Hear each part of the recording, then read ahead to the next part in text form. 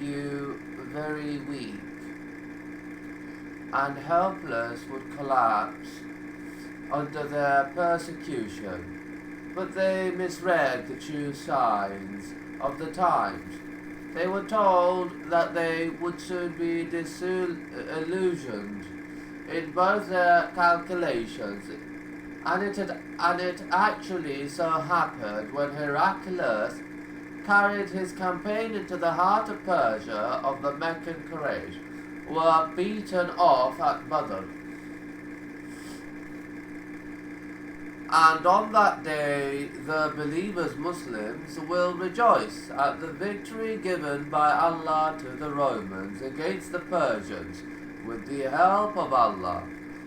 During the season of Ukaz, Forum, and other such occasions, the Messenger of Allah himself would communicate not only glad tidings pertinent to the garden paradise, but also news of promising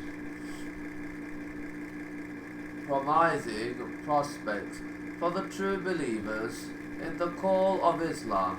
He would openly tell them that they would surely rule the whole of Arabia and subdue Persia if they profess the most serious pillar of Islam, the oneness of Allah. Khabbab bin al-Arad once urged the messenger to call upon Allah to shield him against the adversities he was suffering at the hand of the polytheists. The Prophet's face reddened, and he remarked that the true believer must not precipitate things. It was incumbent upon a believer to undergo all the odds of life as much as he could, fearing nobody except Allah, until the religion was established, which would surely happen. The Prophet in this regard referred to the perseverance that the Muslims had to show and the hardships they had to undergo in order to establish the land of Islam where peace and security would prevail all over it. Glad tidings of better prospects for Islam and the Muslims were not confined to Muhammad's followers. In fact, they were being disclosed time and again to both believers and disbelievers. Whenever the two parties met, the latter would jeer at the former and mockingly say, "Here are the sovereigns of earth who will defeat Khosrows and Caesar." But the believers in anticipation of the shining and godly-oriented future would always persevere and tolerate all sorts of persecution and humiliation regarding them, as summer clouds that would soon clear away. The Prophet, on his part, would always maintain and sustain his followers' souls with the light of belief, sanctify them through inculcating the Quranic wisdom in their hearts, and cultivate their minds deeply with the spirit of Islam that would elevate them to a state of noble spirituality, pure-heartedness, and an absolute degree of freedom from the yoke of materialism, a high moral powerful enough to resist worldly lust and consequently lead them from darkness to light. He would constantly teach them to be tolerant, forgiving and overpowering over their selves, in order to get well established in their religion, disdain lust, and devote themselves to attaining the pleasure of Allah. Yearning for the garden paradise, enthusiasm in sciences relating to their faith, calling themselves to account, subordinating fleeing whims, holding under firm control all rage-provoking incidents, and finally observing sobriety, patience, and gravity. The third phase, calling onto Islam beyond Mecca in Shawwal, in the last of May, or in the beginning of June 619 AD, 10 years after receiving his mission from his Lord. The Prophet set out towards At-Taif, about 60 kilometers from Mecca, in the company of his freed slave Zaid, inviting people to Islam. But contrary to his expectations, the general atmosphere was terribly hostile. He approached the family of Umair, who were reckoned amongst the nobility of the town. But to his disappointment, all of them turned a deaf ear to his message and used abusive language as regards the noble cause he had been striving for. 3 brothers from the chieftains of Thaqif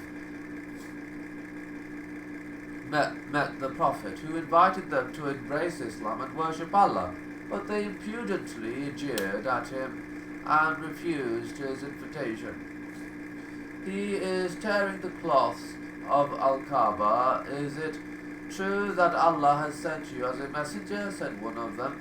Has not Allah found someone else to entrust him with his message? Said the second. I swear by Allah that I will never have any contact with you. If you are really the messenger of Allah, then you are too serious to retort back. And if you are belying Allah, then I feel it is imperative not to speak to. Said the third. The messenger of Allah, finding that they were hopeless cases, stood up and left them, saying, should you indulge in these practices of yours, never divulge them to me. For 10 days he stayed there, delivering his message to several people, one after another, but all to no purpose, stirred up to hasten the departure of the unwelcome visitor.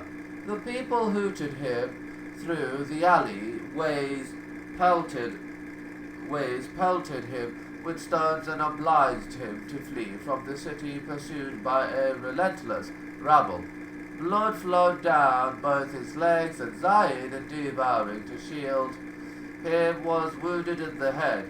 The mob did not desist until they had chased him 2 or 3 miles across the sandy plains to the foot of the surrounding hills.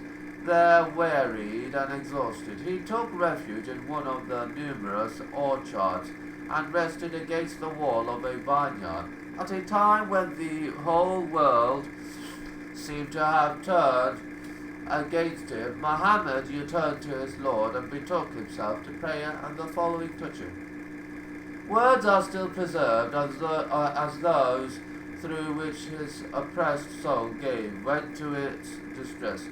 He was weary and wounded, but confident of the help of his Lord. O Allah, to you alone I make complaint of my helplessness, the paucity of my resources, and my insignificance before mankind. You are the most merciful of the mercifuls. You are the Lord of the helpless and the weak. O Lord of mine, into whose hands would you abandon me? Into the hands of an unsympathetic, distant relative who would sullenly frown at me, or to the enemy who has been given control over my affairs. But if your wrath does not fall on me, there is nothing for me to worry about. I seek protection in the light of your countenance, which illuminates the heavens and dispels darkness, and which controls all affairs in this world as well as in the hereafter. May it never be that I should incur your wrath, or that you should be wrathful to me. And there is no power nor resource but yours alone. Seeing him in this helpless situation, Rabi'ah's 2 sons, wealthy Meccans, were moved on grounds of kinship and compassion, and sent to him one of their Christian servants with a tray of grapes. The prophet accepted the fruit with pious invocation. In the name of the Allah, the Christian servant Adas was greatly impressed by these words and said, "These are words which people in this land do not generally use." The prophet inquired of him whence he came and what religion he professed. Adas replied, "I am a Christian by faith and come from Nineveh. The prophet then said, "You belong to the city of the righteous Jonah, son of Matter." Adas asked him anxiously if he knew anything about Jonah. The prophet significantly remarked, "He is my brother. He was a prophet, and so am I." Thereupon Adas paid homage to Muhammad and kissed his hands. His masters admonished him at this act, but he replied, "None on the earth is better than he is. He has revealed to me a truth which only a prophet can do." They again reprimanded him and said, "We forewarn you against the consequences of abandoning the faith of your forefathers. The religion which you profess is far better than the one you feel inclined to."